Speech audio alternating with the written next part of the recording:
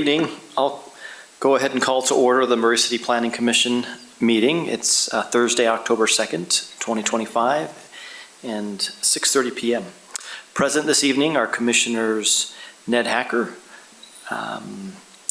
Jake Pearson, Katie Rogers, Peter Kling, myself, Michael Richards. Excused is Pete Hristo and Aaron Hildreth. From staff, we have Zachary Smallwood, David Rogers, Ruth Ruach, and Mark Richardson.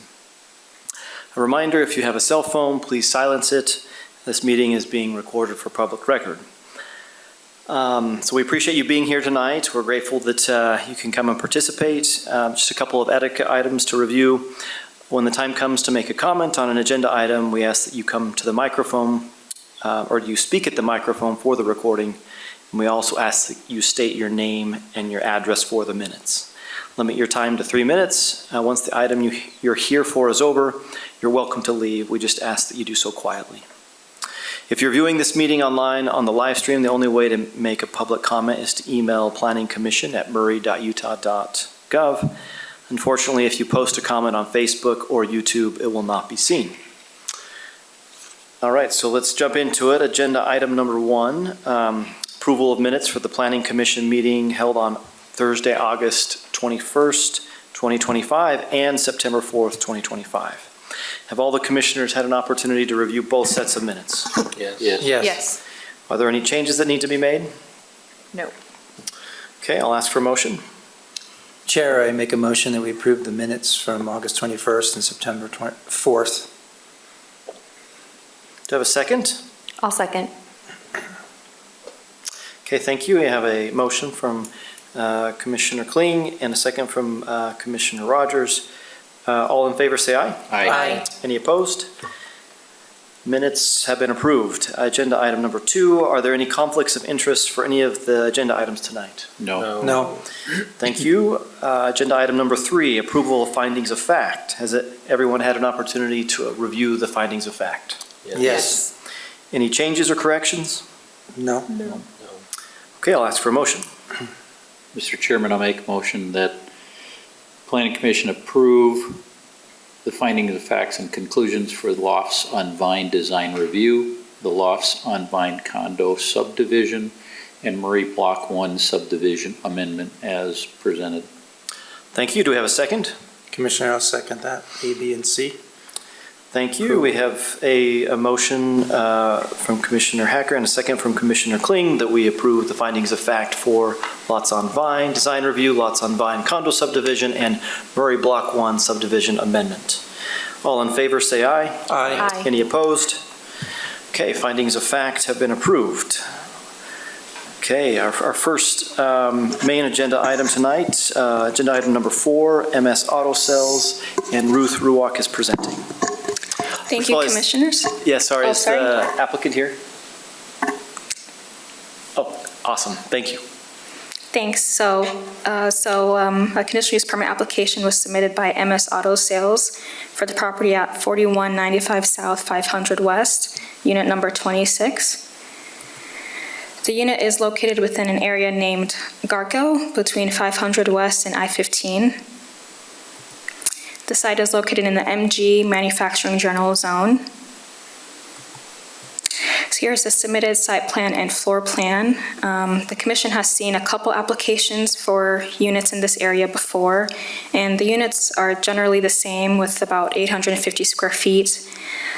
And the floor plan here shows 3 parking stalls with 2 on the outside and 1 on the inside, and a small office area. Notices for this item were mailed, and staff hasn't received any comments.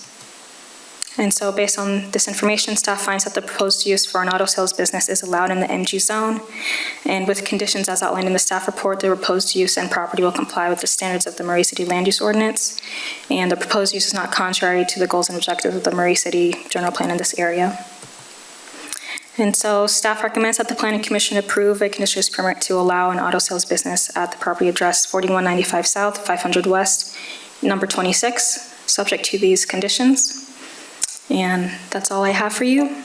Happy to take any questions. Thank you. Looks like we don't have any questions, so thank you, Ruth. Would the applicant please come to the podium and please state your name and your address for the record?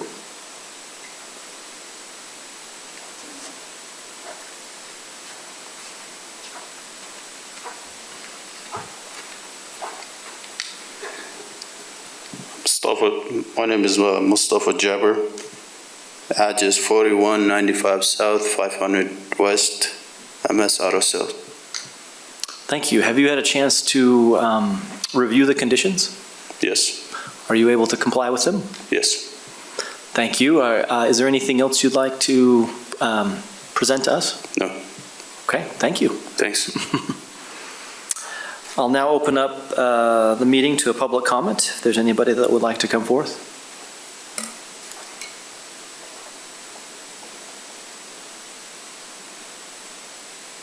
Seeing none, I'll close the public comment. Any additional discussion amongst the commissioners? Seeing none, I'll ask for a motion. Mr. Chairman, I'll make a motion that the planning commission approve a conditional use permit to allow an auto sales business at the property address 4195 South, 500 West, Unit 26, pending the 5 conditions presented. Thank you. We have a motion from Commissioner Hacker to approve, that the Planning Commission approve a conditional use permit to allow an auto sales business at the property addressed 4195 South, 500 West, number 26, subject to the 5 conditions. Do we have a second? I'll second. Thank you. We have a second from Commissioner Rogers. Any discussion on the motion? Okay. Ruth, can you take a roll call vote? Or Zach? Okay. I have the paper. I see. I have the paper, so I'll do it, I suppose. Commissioner Hacker, Yes. Commissioner Rogers, Yes. Commissioner Kling, Yes. Commissioner Pearson, Yes. and Chair Richards. Yes. Okay? Thank you. Congratulations. The motion is passed. All right. Moving on to agenda item number 5, Greenlight Auto, and David Rogers is presenting this. Is the applicant here? Do we know if the applicant's here? It appears that we have the property owner, but not the applicant. And that's good enough, right? It's up to you guys whether you want to continue it to the next meeting so we can have the applicant here, or if you want to proceed. Okay. I figure, but I wanted to make sure. Okay. Let's proceed. Okay. So agenda item number 5 is a application for a conditional use permit to allow an auto sales business in the MG zone at the property located at 4205 South Commerce Drive, Unit 8. So this is located, as was mentioned, east of Commerce Drive, between Commerce Drive and the railroad tracks there on the north end of town. It is a 3.36 acre site. It's a 3,600 square foot building, and this is a 180 square foot office. It is zoned MG, with everything around it being MG except for the TOD zone across the railroad tracks to the east. This is the floor plan that was provided. This is a multi-tenant building that has several other uses already in the building. Unit 8 is the unit that Greenlight Auto Sales will be using for their office, for their auto sales business. So for the site and parking plan, you can see here the parking that's provided for the site. Comparing this to the floor plan, you can see the doors on the east side there. The applicant has indicated that they will have parking stalls 6, 7, and 8 as their display stalls for the vehicles that they will be selling. And any patrons that will be visiting the office will park in the customer parking on the east side. So they're required to have 2 parking stalls. They have 3 dedicated display stalls and those guest stalls that they have access to. So we feel they have adequate parking based on code requirements. Access, the subject property is accessed from Commerce Drive over there on the west, and this access is adequate to access the site. So for landscaping, we do have a landscaping requirement in our code that says that whenever a conditional use permit is granted, landscaping needs to be updated according to our code. Our code says that for every 100 feet of frontage, you need to have a certain number of trees, 5-gallon shrubs, and 1-gallon shrubs, excuse me. This site currently does not have the landscaping implemented. There have been other conditional use permits at this location that have had a similar requirement. So we just wanted to emphasize that in order for the business license to be issued for this business related to the conditional use permit, the landscaping will need to be installed. But that is a condition of approval, and once the landscaping is installed, they will be good to operate their business. So public notice, 14 notices were sent to all property owners located within 400 feet of the property. As of the date of this presentation, we have not received any public comments. Our findings, so the proposed use for an auto sales business is allowed in the MG zone, subject to conditional use permit approval. With the conditions outlined in the staff report, the proposed use and property will comply with the standards of the Murray City Land Use Ordinance, and the proposed use is not contrary to the goals and objectives of the Murray City General Plan in this area. So based on our analysis, staff recommends that the Planning Commission approve a conditional use permit to allow an auto sales business at the property addressed 4205 South Commerce Drive, unit number 8, subject to the following 6 conditions, and I'm happy to answer any questions. Questions? Yeah, go ahead. So, Dave, is number 6 supposed to be dealt with before we get to the business license? So before a business license is issued, there's a planning inspection that's done by our code enforcement department. And so they will go to ensure that the landscaping has been installed to code standards before they sign off for the business license to be issued.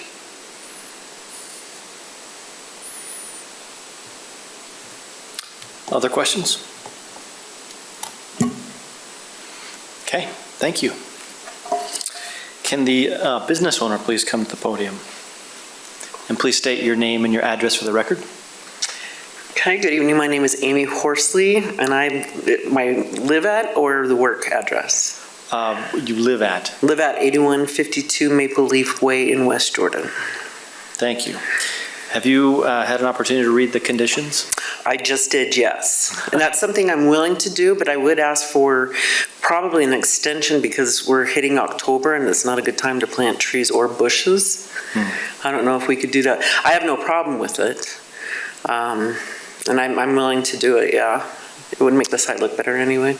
I think we can do that. We'll address that in a second. But just want to ask one question for the record. Mm-hmm. So you, as the business owner and the applicant, will be able to comply with all 6 conditions then? Yes. Okay. Thank you. Anything else you'd like to add? No. Okay. Thank you. Thank you. Sorry, can you come back? He has a question. I actually just a statement. I believe that our condition number 6 already says that a deferral agreement can be provided. Perfect. Right? Correct? Even better. Just much more of a statement than a question. Thank you. Thank you. Thank you. All right, then we've covered that. So I'll open it up for public comment.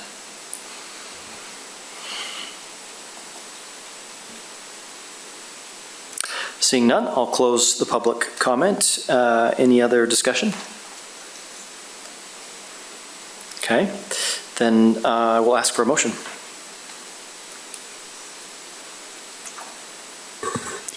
Chair, I'll make the motion that the Planning Commission approve the conditional use permit to allow an auto sales business at the property addressed 4205 South Commerce Drive, unit number 8, subject to the 6 conditions listed. Thank you. We have a motion from Commissioner Rogers that the Planning Commission approve a conditional use permit to allow an auto sales business at the property address 4205 South Commerce Drive, unit number 8, subject to the 6 conditions. Do we have a second? I'll second that. We have a second from Commissioner Hacker. Thank you. Any discussion on the motion? Seeing none, let's take a roll call vote. Commissioner Rogers? Yes. Commissioner Hacker? Yes. Commissioner Kling? Yes. Commissioner Pearson? Yes. Chair Richards? Yes. Congrats. The motion is passed. And that is it for our agenda items tonight, except for announcements or discussion. No, I'm sorry. Let me say that again. That is not it for our agenda tonight. We have a discussion item. It is the Fashion Place West Station Area Plan.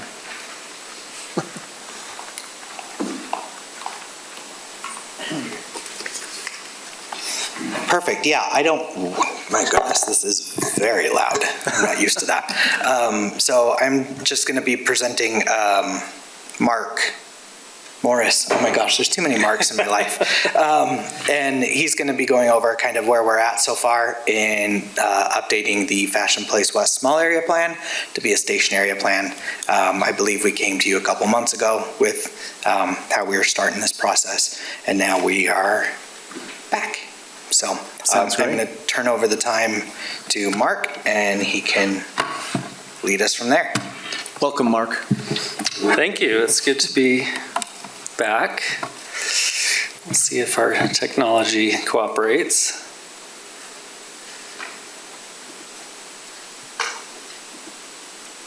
There it is. All right. Like Zach mentioned, we are here just to give a brief update about the update to the Fashion Place Small Area Plan, which was completed in 2021. We've been working over the last couple months, working on updating the plan to meet state regulatory requirements for station area plans. As you recall, a couple years ago, state legislature required specific station area plans for every city that has a fixed rail platform. I'm sure this isn't the only station area plan that you have talked about. The Fashion Place Small Area Plan, during that process, there was a vision that was established and discussed and processed by stakeholders, et cetera, to kind of determine what do the next 25 years look like in this area. That's kind of the time frame that we look at. So following goals were part of that study, the intent to strengthen the relationship between the track station and the Fashion Place Mall as a major job center or destination in the city, improve connectivity for the neighborhood generally, improve overall neighborhood quality, and promote transit use and active transportation. So those were general goals for the small area plan. There are additional vision elements here that are part of that small area plan. Some of that including expansion of the mall area as an employment center beyond retail employment, and looking at more mixed use development around the station area. The area itself, if you recall, the state legislation requires a half-mile radius around the station to be part of consideration. So the circle that you see, that kind of dashed line, that's our half-mile radius. We have modified that somewhat. As you can see, the areas in color are those that would be part of that station area plan. Those areas that are west of I-15 and kind of in places that are not well connected to the station area, we've removed from that radius. So the elevator pitch in the upper corner, I think if you have constituents asking about the plan, the short version of the plan is to focus context-appropriate development in key nodes and improve physical infrastructure to improve neighborhood quality. So development will happen in this area. What we're trying to do is set the table for making sure that the context and the scale of that development is appropriate for the location within this station area. So these sub-areas have been established to kind of say these are places that have different urban context. So sub-area 1, those are areas that are already commercial, light industrial. There may be some change to those areas, but it would be kind of a mix of additional jobs or potentially housing in that sub-area 1. Sub-area 2, transit-oriented mixed use. This is along Winchester, directly adjacent to the platform. Development that, again, would be context appropriate to that area. We're talking, sort of neighborhood-facing types of development.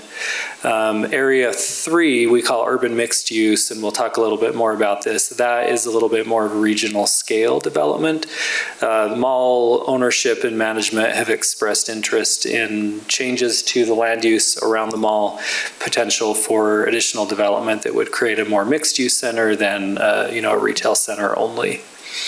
And then area 4, these are established residential neighborhoods. We wouldn't see land use changes in these areas, but infrastructure improvements, improvements to publicly owned spaces like parks and so forth. So that's the approach that we've taken to look at how do we make sure that context is the driver of the plan. So any questions so far? Does this feel, yeah? So your elevator pitch went over my head a little bit, because if I were to to quote what you just said to a neighbor, they wouldn't know what I'm talking about. So could you give an example of kind of what the structure might be for each of these 1 through 4? So when you say jobs and housing mixed use, what's the housing look like, or the job center, transit-oriented mixed use? What is, relative to like maybe density, number of stories, urban mixed use, same thing. And established residential, I'm going to assume, is single-family homes that are already there, and residential that's already there. We wouldn't be changing that, right? Correct. Okay. Correct. So maybe you can give a more concrete example of each of 1 through 3. So the area 1, like I said, that's it's already commercial/light industrial. If there is development in those places, it might be, 3 stories or less. There isn't really housing in these areas, but if there were housing that were to, be integrated in those areas, it would be something that would be, we're talking townhome style, 3-story and under. You're not gonna, this context is not good for, like a big apartment building. It's the wrong location for it. Area 2, like I said, is kind of neighborhood facing commercial. So probably something similar, 3 stories and under, things that would not necessarily be vertical mixed use, but horizontal mixed use. So not necessarily something that's going to have a lot of different uses in one building, but would be, you'd have housing next to commercial and so forth. Scale-wise, again, it's neighborhood scale. So it's something that's going to be 3 stories or under. I'd say the biggest opportunity here, and probably the biggest change, would be that sub-area 3, where the mall is kind of maxed out on their parking. You go to the mall on a Saturday, there is not a stall to be had. That is a constraint for them. So if they get into the space where they're structuring parking, they would need to build other things to pay for the cost of a multi-million-dollar parking structure. So that scale of development, that's far more regional. So we're talking, if there's office buildings that someone is commuting into Murray to work at one of those buildings, larger scale apartments, 5 stories wouldn't surprise me to see on that land.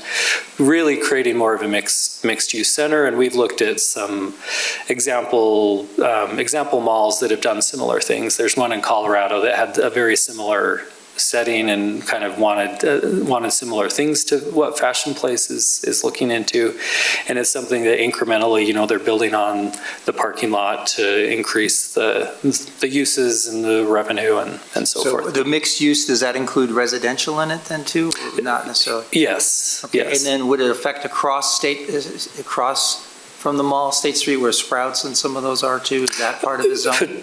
Potentially, yeah. That's part of this zone? That's what we're looking at? Correct. Okay. Correct. And this is all just based on when a property owner wants to redevelop. This isn't anything that anyone is forced to change. If Sprouts wants to be there for 50 years, that's fine. The mall ownership specifically was really interested in talking about what would the city's view be on something like that, where they would change uses, create something that's more, I'd say more productive than surface parking. You can see the scale of the parking there. That's a huge amount of land that isn't You're not getting tax revenue from the parking lot. Good, other questions? We've got lots more maps, so. this Doesn't the map mall doesn't- own some parking to the north? They own quite a bit. This isn't a mall plan by any means. This is really saying, how do we improve the connection between the mall and the platform? So that's why we've included a portion of it. This isn't to say we're going to make a master plan for the mall just to be nice because someone's paying for, master planning. It's just to say, okay, we've heard from mall employees, they get off the train, they walk to the mall, that quarter-mile walk feels like it's 10 miles, merely because the experience between those two is less than ideal. So it's really looking at what can the city do to get in place so that when the mall is in a place, or other property owners, any property owner obviously could redevelop, but we have a vision in place to say what's the right scale in order to accomplish that. So, okay. Thank you. Great. The last few weeks or so, we've been updating kind of demographic data from that previous plan. The previous plan, like I mentioned, was finished in 2021. The data we used in 21 was from, I think, 2018 or 2019, so quite a few years have passed. The demographic profile hasn't changed much in those years, but some interesting things that have changed. Median household income in the study area has changed quite a bit, has risen quite a bit, where it's higher than the rest of the city, which was not the case, in 2018. Median home value is significantly lower in this study area than the rest of the city, and significantly lower than the rest of the county. So there's much more affordable housing in the study area. And this job access score, I think, is important to recognize. There's a lot of data that tracks what sort of access to opportunities are out there for different parts of different cities. This area has a little bit lower than the rest of Murray City. That job access score is a little bit lower, but it's still higher than the rest of the county. So location-wise, from this area, you can get just about anywhere for jobs, et cetera, but still a little bit lower than the rest of the city. The tracking of cost of housing plus transportation is something that we always look at. This area spends, the study area, based on the data, spends about 35% of household income on housing and transportation costs, which is great. Once you get over 45%, that's when the concern starts. It's significantly lower than the rest of the county, which is about 42%. That number is based on 2023 data, so it's even in the last couple of years, I think that number has increased. So again, these are data so that as a city, you can make decisions that can help with quality of life, livability of neighborhoods. How do we focus development in places that, again, are context sensitive? The current zoning, we've got, as you can see, the current zoning for the most part is this MG manufacturing general, the R18 neighborhoods, and the commercial development along State Street. So one of the things that's certainly within the city's purview is to look at zoning updates to this area. How do we encourage development of certain kinds in specific places? And again, make sure that it's context sensitive. The draw to businesses that are going to be near the Trax platform, again, those are more neighborhood-facing scale businesses. Regional commercial that happens at the mall, that's a very different animal. And so I think as we look at zoning and potential updates to that zoning, those are policies that the city can change whenever you feel motivated to do so. But getting a vision in place so that when those rezones start to happen, that we know kind of where we're headed with those. So this is, again, just a map that just to have in the document to show what the zoning looks like currently. So if you were to overlay the vision map with this, would there be a significant number of changes required in zoning to accommodate that based on what I'm looking at now? Well, not necessarily. I think it's not a one-size-fits-all. This isn't a zoning map. This is really just saying, okay, what's the kind of urban. But the pieces of what you showed just a moment ago, they're not developed with this vision in mind. What you're saying is you want to integrate a vision that accommodates a broader view of what will be developed in this area, which at some point is going to require, that's what I'm getting at, requiring some zoning changes of what we're looking at to fulfill that, yes? Indeed, Okay. indeed. Yeah, I think this particular corridor, this has been a rail corridor for time immemorial, even, before the freeway came through. And so I think that manufacturing use directly adjacent to the platform, obviously that land has better uses than, manufacturing. But again, the context is what is driving it. This isn't going to, immediately next to the tracks platform, you're not going to have like a fire clay at this. The context is just different. And so when those rezones come along, whether it's changes to the future land use map or a specific overlay, again, looking at how do we make sure that context is part of that discussion. So are you not going to recommend any zone changes then in the plan? We're not going to put any recommendations for zone changes? Oh, we certainly could. We certainly could. Yeah, I think zoning is one of the things that, as a city, you're driving the bus. You can make zoning changes, if you feel like it's necessary. You don't have to go talk to UDOT or UTA or other partners in order to do that. So I guess what I'm asking is it part of what you're doing to give us some recommended zone changes? In a broad sense, we're not going to have a map that says, okay, here are all of the zone changes. But I think saying, okay, an effort to rezone certain areas would be well worth your time. Okay. So the map prior to this, that's going to be basically the recommendation is just these types of areas, or you'll go more into detail later on? Probably a little more detail. I think this map is an overly simplified approach. This is just saying, okay, here's context. When it comes to rezoning and overlays, there's all kinds of other considerations. Because I could be wrong, but I think most of those zones don't allow mixed use right now. Is that true? I think was it the RNB, the residential neighborhood business that was a little more mixed use? I think, David, you had said that you've kind of had more and more applicants who are rezoning to that RNB.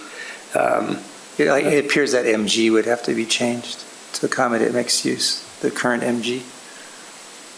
Yeah. Okay. You mentioned the fire clay. So the city's now had 20 years of TOD experience. What did we learn from fire clay, good and bad and ugly, that we're applying to this thinking? I think that's a question for all of you. I'm not a fire clay expert, so. We weren't here 20 years ago. I was also not. I know that I was just getting out of grad school 20 years ago, so I know that fire clay was one of the very first TOD projects, and I know that there were some things that were part of that original agreement that have never been built. And so I think there are some lessons learned, like you say. I couldn't give you a dissertation on fire clay. I just used that as, I knew I would get your attention if I said fire clay. Zach can. Yeah, I'm not trying to put up a dummy for it, but I really seriously want to know, what have we learned as we think about this new vision? Sure, and so we've learned a lot, and we're still incorporating some of those changes. And so what I want to make sure that we're focused on this is that this is just visioning, right? And it's kind of, if you think about it like your general plan, this is going to be an amendment to the general plan, so as kind of an addendum to it. So this is kind of like the same type of thing. Once we get into the nitty-gritty details of actually, because what I anticipate, I think in the small area plan, it recommended developing a mixed-use code for this. Like, all the existing mixed-use codes, I would never apply anywhere in this area because it doesn't fit. And so I think it takes nuance, and it will take code development writ large with this information provided to narrowly craft what's good, what would be good in this area. And so that's what I would kind of say. There's a lot that we have learned. There's also a lot that has changed since Fireclay. So we are seeing people start to use transit a little bit more. It's kind of bouncing back from the pandemic to a degree. And so how can we utilize that more? So, yeah. I'll say if there's something positive, if I came across the wrong way. I commend your efforts, your research on this, because it seems like we're getting ahead of anticipating the future as opposed to reacting to the future. So I think this is a good thing, and we'll have time to discuss this further. Yeah, and I think part of this effort and the previous small area plan effort, the sort of underlying question was, okay, Trax has been running through this neighborhood for 25 years, and we have not seen much happen. We've gotten some self-storage, which isn't perhaps ideal for a 2-minute walk from a Trax platform. So the question is, okay, what are the constraints? What are the obstacles? I think even if you're going through a rezone, again, that zone is not going to permit right next to the platform the same thing that it would permit on the mall site. It's really looking at how do we make sure that what's happening. Fireclay, that was a huge property. It was a huge master developer. You just don't have that here. This is something that's going to happen very piecemeal. And how do we make sure that context is built into whatever rezone the city gets into? So, do we have a time limit here, or are we just going to go until we're done? Well, we'll keep going. So part of the effort is to work with looking at transportation connections in places where there are gaps, working with UTA and others to understand service numbers, the number of boardings, et cetera, and what are future service plans for UTA. Busiest bus line in the entire network is 201 that runs up and down State Street. We're not going to get off on a tangent with BRT. There is still a discussion of BRT on State Street. Nobody has any information about it, but that is a potential improvement along State Street. We'll put that in the 2050 bucket because literally nobody's talking about it. It's just on a plan. The cycling infrastructure is another that this... Can I interrupt? Sorry. Can we just go back? I just want to understand the numbers we're looking at. These are people getting on and off on these various stops? Correct. And these numbers are by the day? Correct. I think what they do is they count and then average them out, and they do some, accounting for weekends and so forth. Okay, So, thank you. yeah. I'm sorry, so 9 is the actual number of people on and off? Is that? Correct. Like on an average day, that's the number that would Wow. board or light. So, Well, yeah. The cycling network is another where this neighborhood has fragmented infrastructure at best. A lot of these dash lines, these are just proposed cycling connections. So Cottonwood, better connections across Winchester into the neighborhoods to the north and south. Again, looking at long-term improvements, these are all things, again, that are for the most part within the city's purview, some of them a little less so, but improving that cycling infrastructure, that has been shown to improve transit use, just because if you're a 5-minute bike ride from a train stop, that expands your access significantly. But again, there's some gaps to be filled. part of the process, what we look at, again, these are not designs beyond the sense of it's a concept, to say, okay, what would a mixed-use application of the mall parking lot areas look like? What would the upper image, what would the scale of redevelopment over the next 25 years look like around the tracks platform? So you can see the wide difference in scale. The challenges for each are different. I'd say the biggest opportunities for this area are kind of those two ends of the area directly adjacent to the platform and the area around the mall itself. So again, this is just looking at conceptual vision. What would something look like over the years as it develops in a way, again, that would recognize the context that it sits in. The upper image, one of the things that the city has going for it is that there's about 5 acres around the platform that UTA owns outright. Not all of it is park and ride, but they own about 5 acres. The city itself does not own any land in the station area, and so the kind of partnership with private property owners, entities like UTA, can serve as a catalyst to kind of get the ball rolling in areas such as this. We've talked with UTA and their TOD team, and we'll go over some of their comments in a minute. But I think looking at what are some things that the city can kind of explore, how do we get the ball rolling as far as redevelopment in this area? Because again, the people who will be implementing that vision, these are private property owners who want to redevelop. If they see an opportunity and come in and say, I would like to redevelop my property, what are the things that the city would like to see again in order to accomplish that vision? We have a informational website that has some basic questions about the station area plan. If you have constituents asking about it, that has a brief summary of the station area plan and its process. Because that small area plan was so recently adopted, we're not doing a full tilt, open houses and so forth. Really what we're doing is we're looking at the feedback that was received in that 21 update, and then providing updated information. Why do we have to do this again? Well, it comes from the state. The state wants some additional things in this plan in order to meet their requirements. We met with UTA, like I mentioned, a couple weeks ago and talked over, they are a partner in this, obviously.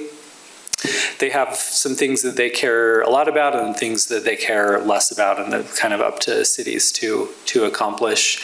They, of course, want to increase ridership. Their main concern is making sure that that investment in the rail system continues to pay off. Where you look at every tracks platform area, things have been developing and things are happening. This is one where there's some opportunity, some room for improvement to develop around the platform itself. We talked a bit about parking. They have some requirements as far as replacement of parking in their park and ride numbers. One of the things that they are really focused on is a 5-year implementation plan. So we'll talk in a minute about how do we make sure that we have an implementation plan that in 5 years we're not going to be standing here looking at each other saying, well, nothing's happened. What are we doing here? So the UTA's goals, again, are really focused on how do we maximize ridership and the land that's of the most value to making transportation and housing more affordable, which is at crisis levels. So UTA was involved with the crafting of that legislation, and so their message was basically, as long as we are meeting that legislation requirement from the state, we are meeting UTA's goals for a station area. They have a whole team that works on TOD type projects where they are a literal owner of 5 acres here. I think that's probably a good one right out of the gate to start some sort of encouraging of discussion of development, at least of some part of that 5 acres. So, and it's not a contiguous 5 acres, so there's some challenges there. UDOT as well is a stakeholder in this process. We don't need to get too far into what is State Street and how do we change it, but we had some good discussion with UDOT.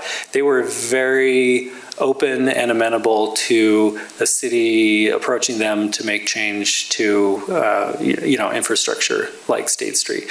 They obviously have constraints and things that they have to work within. One of the projects that we talked about specifically was the Life on State project in Salt Lake City, which was a rebuild between 6th and 8th South on State Street. We talked a bit about whether they saw that as a successful project, which they said they did. It was instigated and paid for by Salt Lake City. So the team from UDOT, their message was basically, we are open to discussions.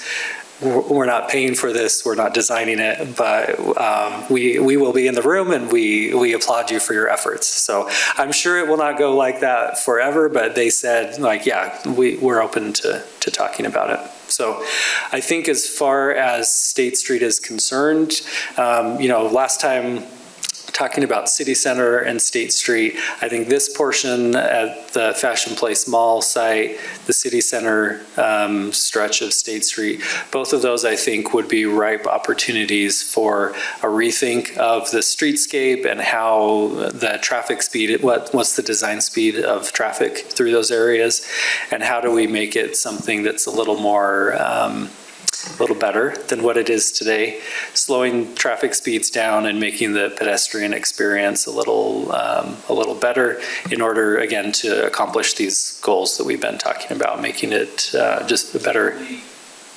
Is the only UDOT facility in here State Street?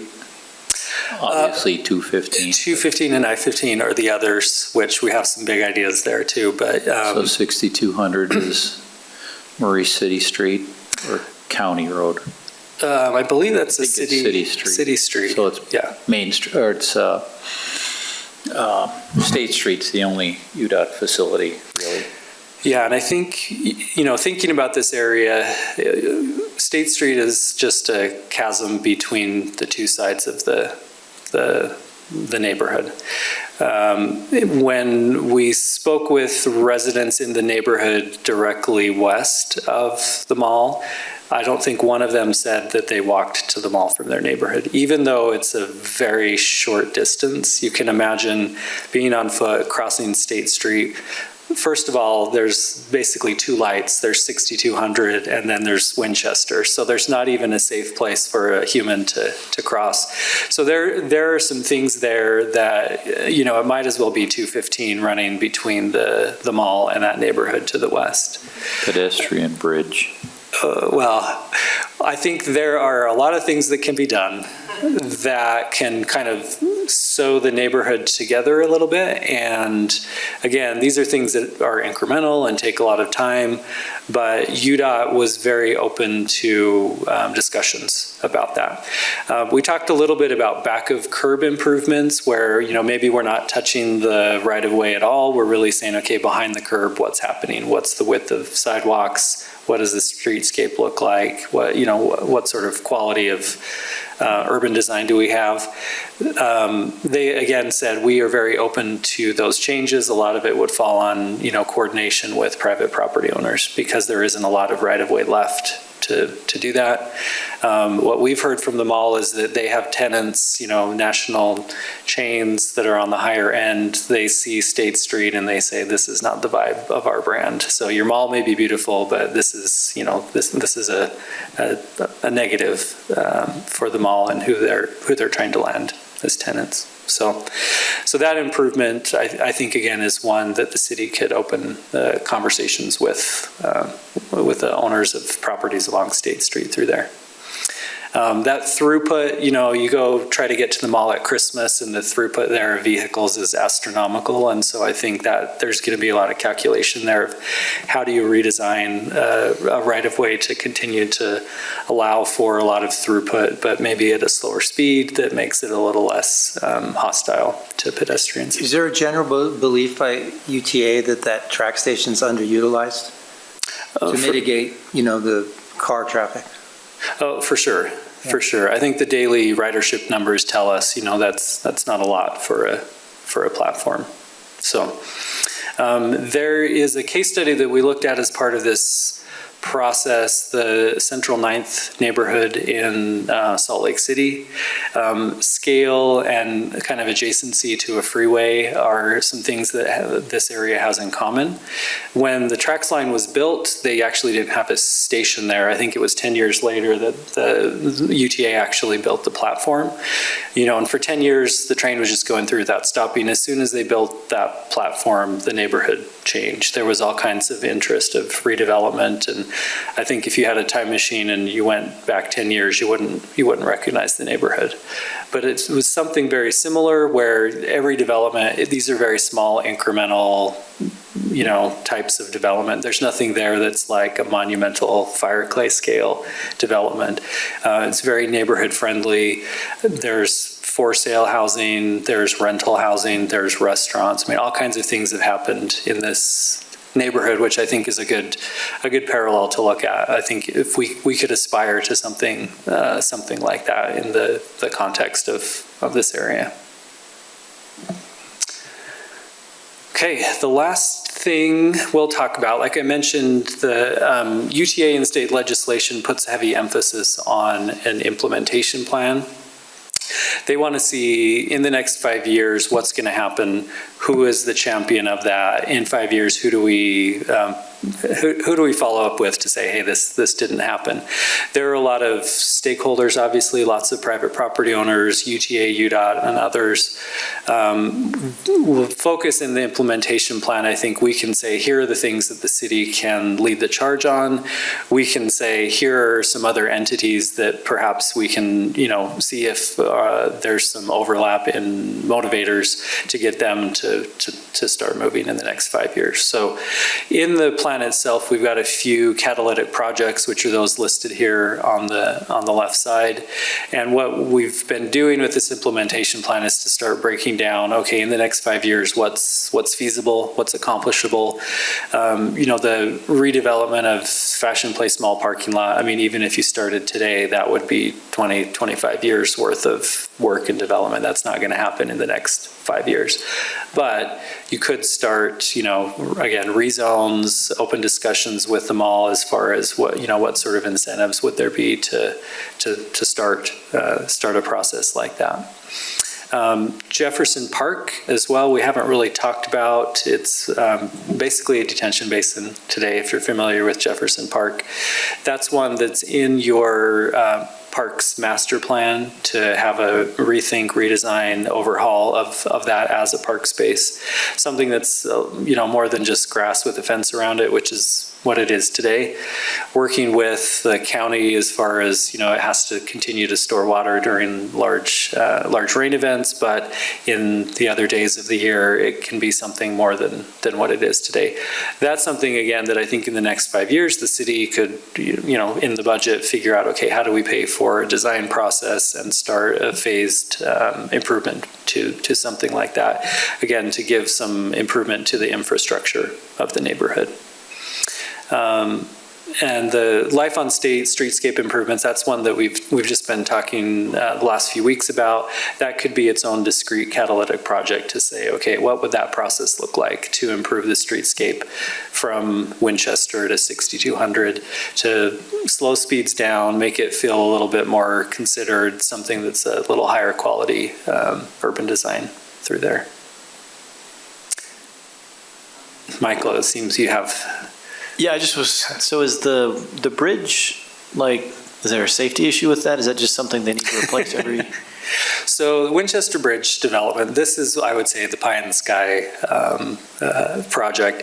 This is one that, in talking with UDOT, what we wanted to know is that bridge that goes over 215 on Winchester, what's its lifespan? They inspect it quite frequently. I haven't gotten information back from them as far as, we're rebuilding that bridge in 5 years, 10 years, not, another 20 years.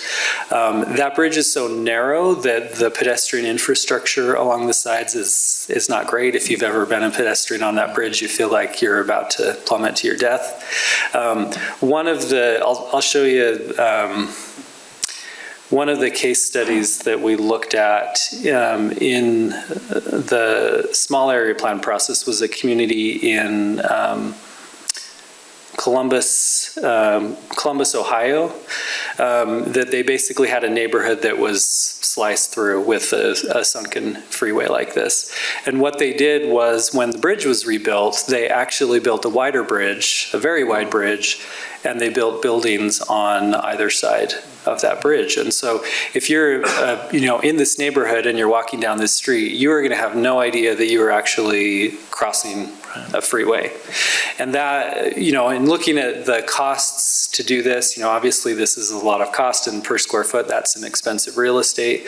But as far as improving the overall neighborhood quality and the experience of being in that place, that would be a major, a major change for. Helpful to see that, thank you. And so it's not that the bridge is falling apart. No, they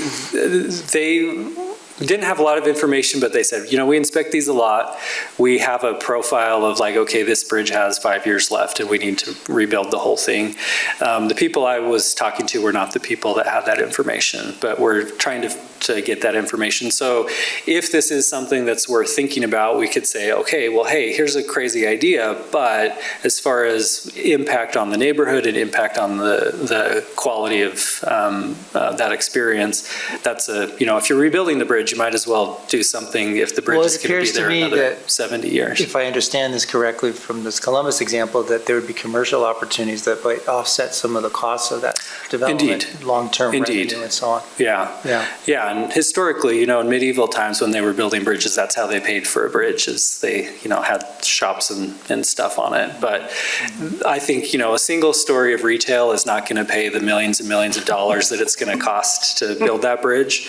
But when you think about the impact to property values around it, if you have a property that is either looking down into the, chasm of 215, or it feels like it's in a well considered neighborhood. This is, again, just a very rudimentary conceptual look at, okay, if Winchester were to change and that bridge were widened, how could that make it feel like, oh, I'm walking through a neighborhood, I'm not walking over something that is... We don't have anything like that in Utah, or do we? No. I don't know that we have anything like that, but I think if we can point to another city that had kind of a similar situation. We could be the first. Well, and it's one of those things, it's like, hey, this is something that would have a big impact on the community, but would also be something that UDOT could point to and say, hey, we're not, everything we do isn't awful. Like, we also do things that improve neighborhoods. This project was so ODOT is their version of UDOT, obviously. They clearly were partners and involved in all of this, the discussions of, okay, if we're rebuilding this bridge, what are the additional costs to add, 80 feet on either side of that bridge? And who owns that space? This is new real estate that's been created out of thin air, and how is that real estate managed? Do you know any more history about this bridge? Has it been successful? We haven't looked at it in a couple years. If you look on Google Street View, it seems like all of the shops are occupied and all of that. But we were kind of investigating, okay, how did this happen? Like, who was the instigator? Who was kind of making this happen?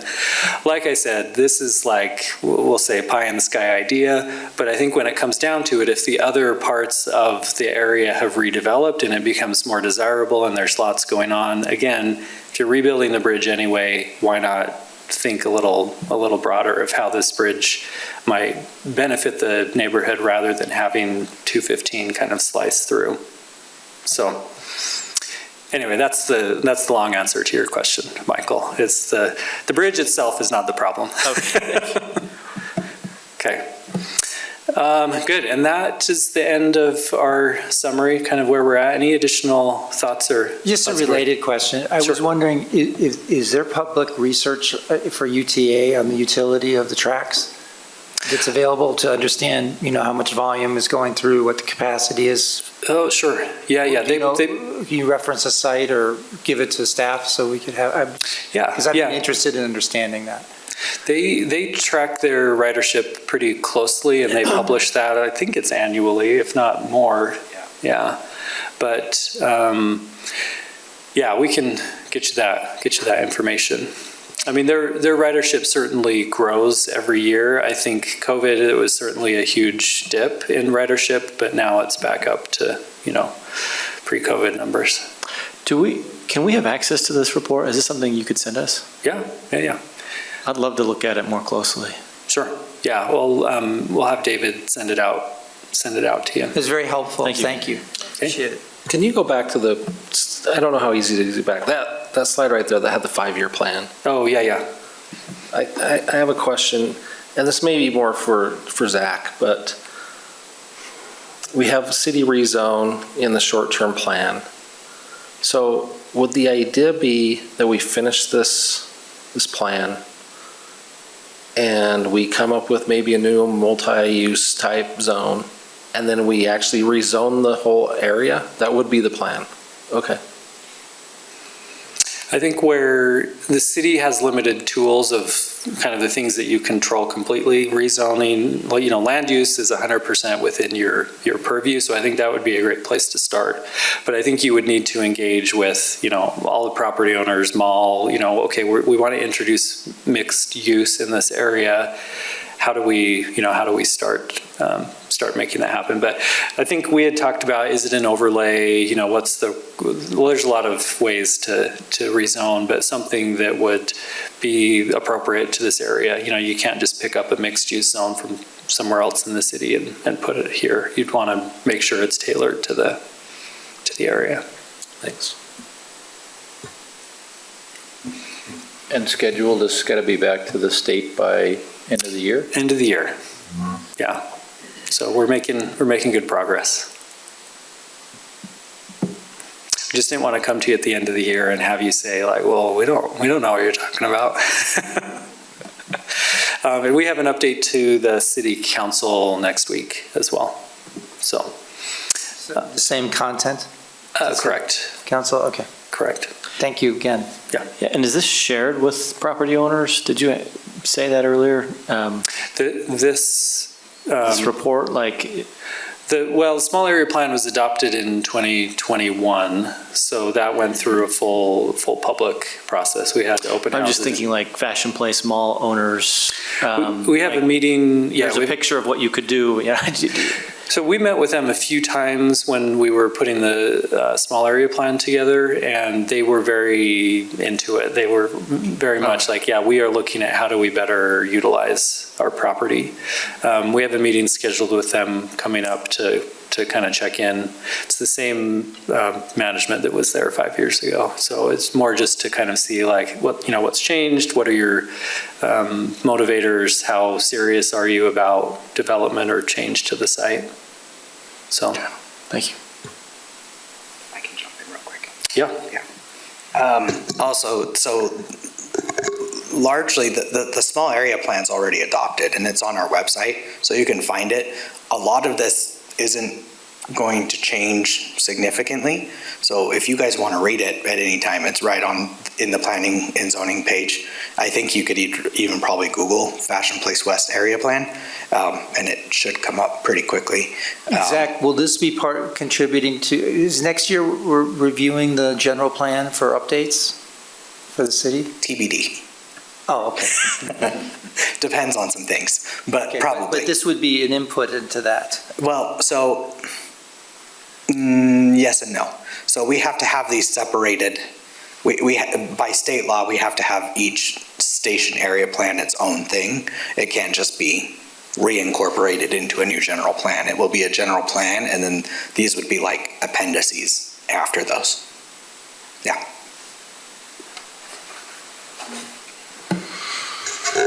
Okay. Other questions? I don't think so. Okay. Thank you, Mark. Yeah, thanks for the time, and David will send a copy of this so you can spend more time with it. Thank you. Okay. Yeah, thank you. All right, Zach, any final items? I don't have anything. We are going to have a meeting in 2 weeks, so should be pretty quick. Again, maybe. There's a potential of having a bigger thing on there. Yeah, so let me know early if you guys aren't able to make it. That helps. Ned's raising his hand. He's not So there's also on the 20th of October, this Wasatch Choice Vision Workshop in this room. So I think some of you were to that one a year ago. Yeah, so I strongly encourage that they're updating Which is Wasatch Choice Our Vision. input to the state, basically, the regions. It's the Wasatch 50-year Front. plan. It's called the It's in this office. Vision. Did we? Wasatch Choice Vision In Workshop. the conference room. I see. Is there Yeah, a- they held it here for multiple cities. So we're considered the southeast part of the valley, just barely. Is there an announcement that went out about this, or? is- Should I have haven't gotten gotten one. invited by the Wasatch Front Regional Okay. Council. Do you know what time it is? Yes. It's 4 to 4 to 6. 4 to 6, there you go. Okay. That'll count towards training. Thank you. So, other than that, I don't really have anything. There's also the APA conference next Yeah, weekend. but they know that, they're going to that. Just a reminder. I need lots of reminders. Okay. All right, motion to adjourn. Motion to adjourn at 7:34. Okay, we are adjourned. Thank you.